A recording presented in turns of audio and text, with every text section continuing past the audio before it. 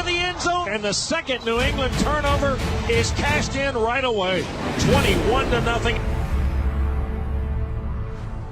So welcome to our Coach's Corner. We purposely only played the first half, but we will be playing the second half later in the show. We just didn't want to lose you early on. All right, so it's halftime, and you're up big. When you evaluate everything, how do you evaluate now, even what was said and done at halftime? And at the half at the Super Bowl, it's a little longer, so you have a routine for that, and you prepare the guys. When we first come in, they'll get some extra time if they want to get retaped, change a jersey. The coaches have a little extra time to go through the game plan like they'd go to.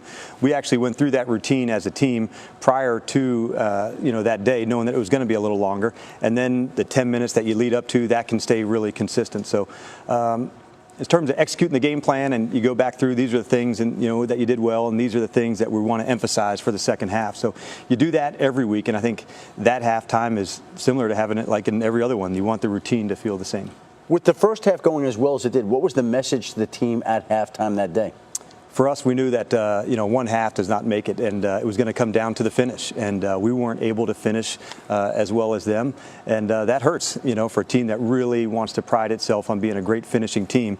In that one, we didn't, and so those are the lessons that you learn, and we can't wait to be back in an environment where we get to relive some of those lessons. You have to go back in those moments and to answer them. Yeah, I got one thing. The energy in the locker room at halftime, right? I mean, as good as you had played all season and as good as the Patriots were, to be up that big and to have that, what was the energy like? I mean, I've been in one, I've been in two. One went well, one didn't. Yep. But what was the energy like in that locker room as y'all walked in? Jeff, honestly, it was we had a real routine about how we wanted to go. So the players were going to be on their own for a few minutes, like I said, retape, change, and then we wanted to get set course of what we were going to do.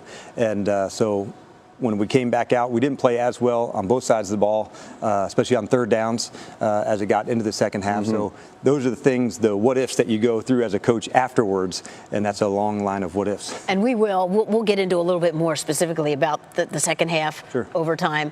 But in that first half, when you look back on it, and you've been very candid about how many times you've watched the game, I mean, did you give yourself an A+ grade for that first half? No, because you can't grade it out of half. And if that was the case, that would have been nice. But honestly, you learn from these ones, and it's painful to go through. But when you go back through the first half, and we knew we had to create a turnover, we did that. So that was going to be a way. Could we hit the quarterback, who is a G? The guy's a great player. So we knew we had our work cut out to try and affect him. And at the end, we didn't finish like we liked, either side of the ball. But the half had to go about as well as you could have hoped, correct? Yes. Right, all the check marks. You want to be aggressive, get after the quarterback. All those things, right? Correct. You were right, clicking on all cylinders. Yeah. One question I had, and I've asked you before, but just for our viewers.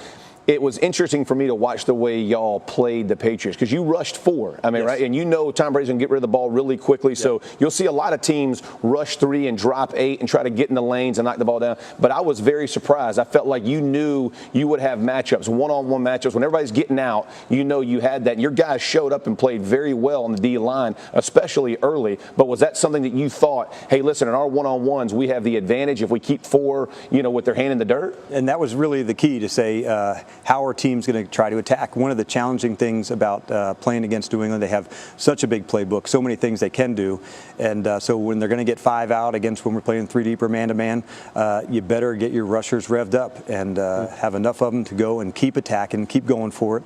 And that part affecting them. Sometimes it may take the whole day to have that happen. Right, so at least for 30 minutes, there's a nice